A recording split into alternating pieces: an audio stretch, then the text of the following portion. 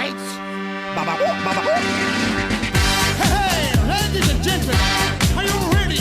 I feel good. Oh, yes. Oh, my love, I wanna make you move. Hey, hey, baby, all night long. My song is back on, baby, and everybody say with me. I gotta be the good baby.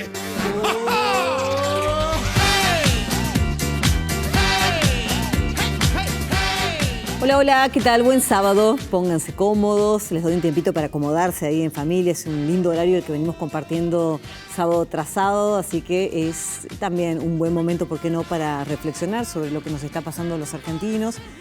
Es imposible evadirle al tema de coyuntura que tiene que ver con la economía y es por eso que una vez más hemos invitado a Héctor Paglia, doctor en Ciencias Económicas, que nos hace bastante más simple y nos allana la explicación muchas veces de la complicada economía, aunque bueno, es difícil explicarle a quien nos está mirando en este momento ahora cuando el bolsillo es cada vez más flaco de los argentinos y se siente y se hace más y más problemático vivir. Héctor, ¿cómo estás? Bienvenido. ¿Qué tal, Cruz? Muy bien. Gracias por una vez más acudir a esta cita. Un gusto. ¿Por dónde arrancar? Bueno, si te parece, empezamos por esta platita que viene para la Argentina, que son los 7.500 millones de dólares que envía el Fondo Monetario Internacional y que a su vez tiene que empezar a pagar nuevamente la Argentina a otros organismos a los cuales ya les debía. ¿Cuánto nos va a quedar y qué significa en definitiva esta plata que entró? Sí, previamente, ratificando lo que recién señalabas, en una coyuntura económica tan difícil, dentro de un marco electoral tan incierto, es muy difícil, valga la redundancia, profundizar el análisis más allá del cortísimo plazo. Así es.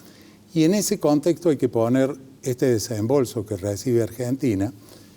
En un programa anterior contigo analizamos que no era un acuerdo con el Fondo Monetario, sino que era un waiver. Y ya ahora, cuando se ha alcanzado la aprobación del board del Fondo Monetario, el Fondo Monetario dice: está el problema de la sequía, pero las políticas que han llevado adelante han provocado desvío de las metas que se habían fijado. Bueno, perdonamos estos desvíos y en base a eso le damos este desembolso que ya estaba previsto de 7.500 millones de dólares. Que es cierto que entran en la reserva del Banco Central, pero tienen que ir a cancelar todos los créditos puentes y todas las vericuetos que buscó el gobierno para no caer en default, lo cual fue saludable, pero que ahora hay que cumplir porque eran préstamos de muy corto plazo. Concretamente, el swap con China, el endeudamiento con la CAF y el crédito de Qatar. Detraído todo eso, más los desembolsos que hay que hacer de aquí a noviembre, que vendría otro desembolso del Fondo Monetario, si aprueba las metas de ese momento, estarían quedando aproximadamente 2.200 millones de dólares. ¿Para qué sirven? Ya lo ha dicho claramente el propio fondo, haciendo una excepción, va a permitir que Argentina o que las autoridades argentinas intervengan en el mercado cambiario en un sistema de techos y pisos, de bandas, para poder mantener en calma los dólares financieros, por lo menos hasta el 22 de octubre, que es la elección.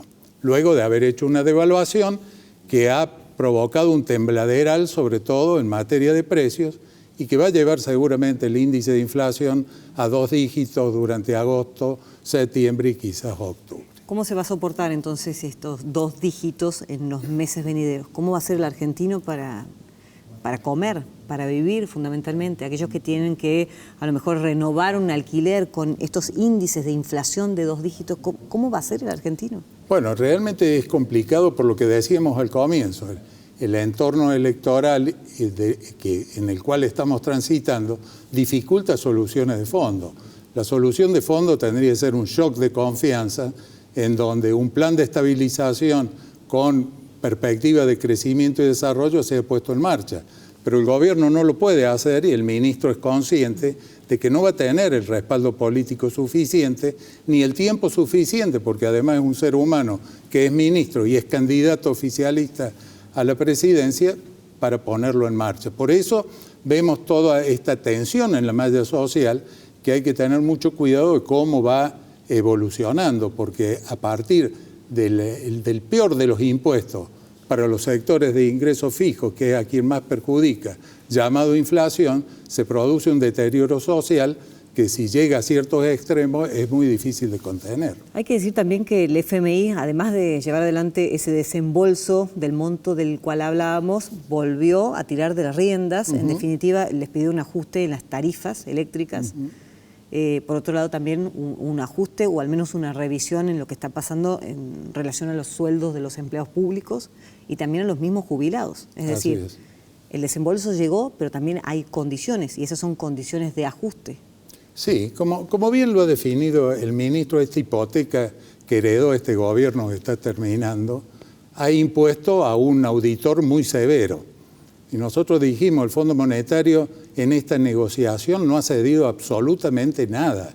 O sea, solamente ha reconocido algo que era de cumplimiento imposible, que era la meta de acumulación de reservas, claro, que la sequía impedía que se cumpliera. El resto es todo lo mismo. Tenemos una meta de déficit primario del 1,9 sobre el PBI para cumplir este año 2023. Tenemos ajustes en materia de actualización de jubilaciones y salarios públicos.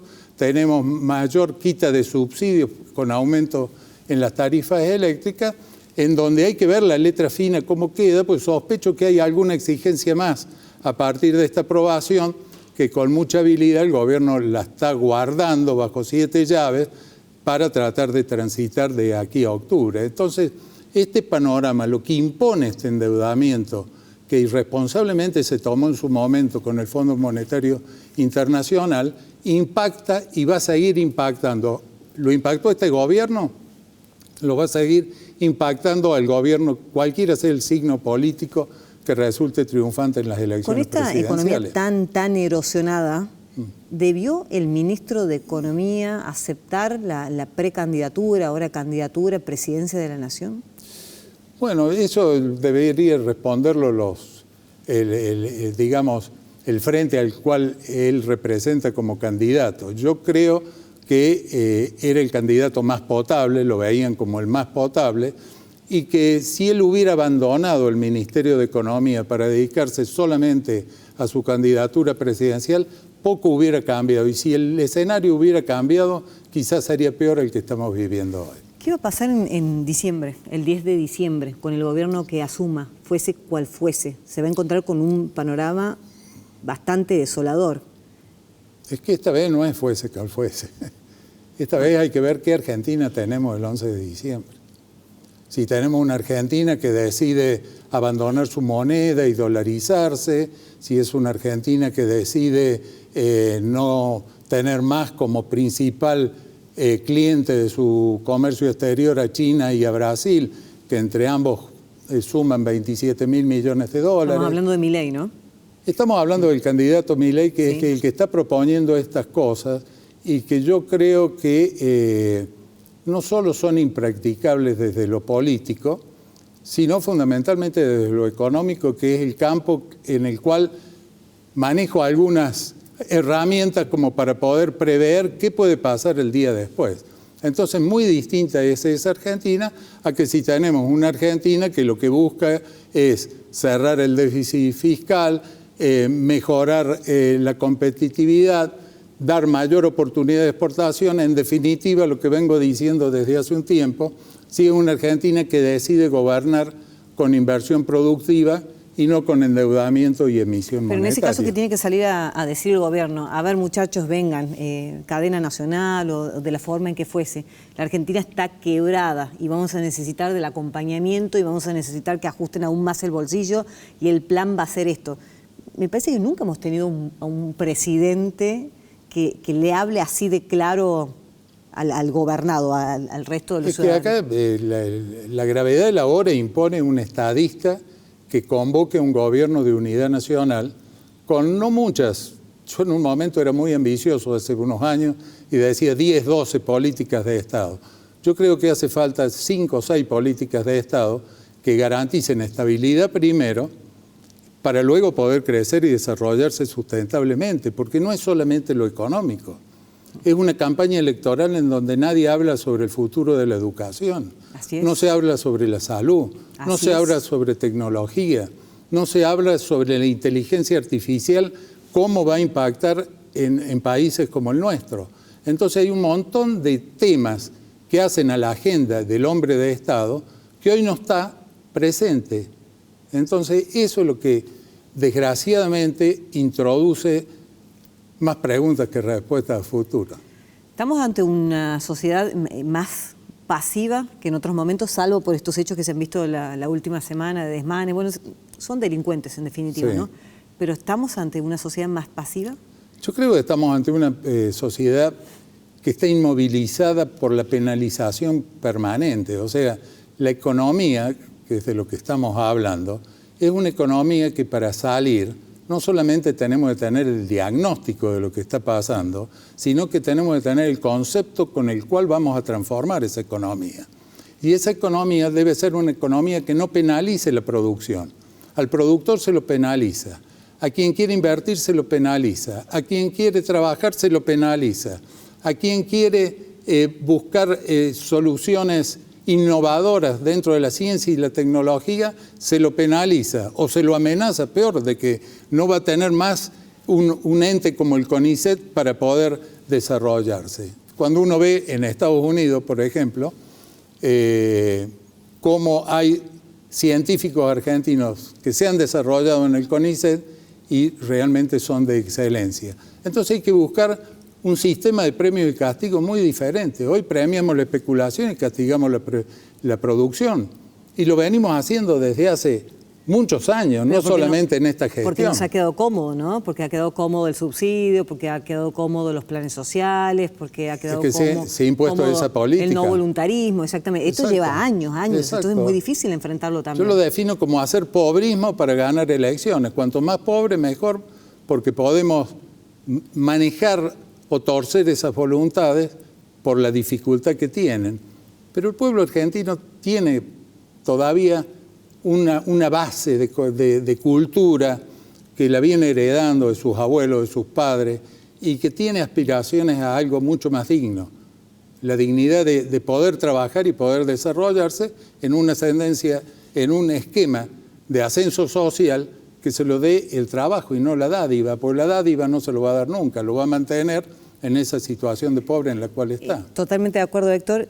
Y encima hay que decir también que aquel pobre mantenido por la dádiva también está indignado, porque esa dádiva ya no le alcanza tampoco. Bueno, yo creo que la indignación y el cansancio explican el resultado de las PASO. Lo dijo el propio gobernador de Córdoba y precandidato a presidente, Juan Schiaretti, dijo, en Córdoba ganó Milei porque realmente la bronca, el dolor que había en los ciudadanos era tan grande que canalizó esa bronca.